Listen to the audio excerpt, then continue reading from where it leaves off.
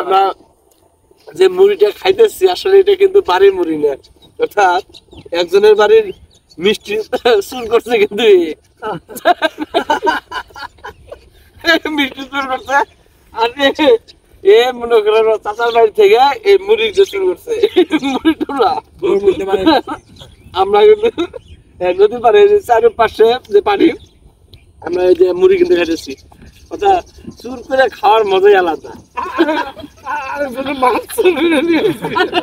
এই যে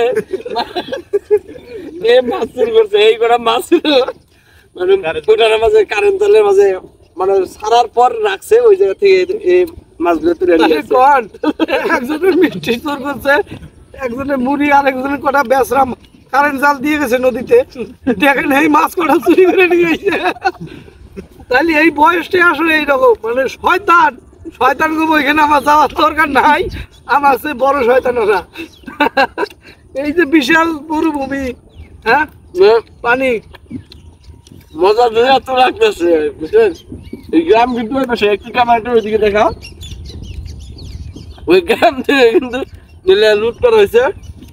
আমরা কিন্তু খুব মজা মজা খেতেছি। আপনারা যদি এরকম কোনোদিন খাইছেন তাহলে অবশ্যই কিন্তু সেটা কমেন্টে জানাবেন, তাহলে বুঝবো যে না অতীতকালে সেই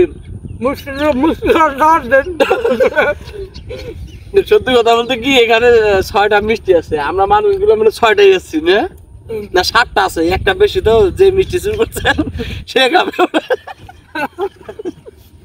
আপনারা যখন আসবেন আপনাদের জন্য আবার চুরি করা হবে, সবাই মিলে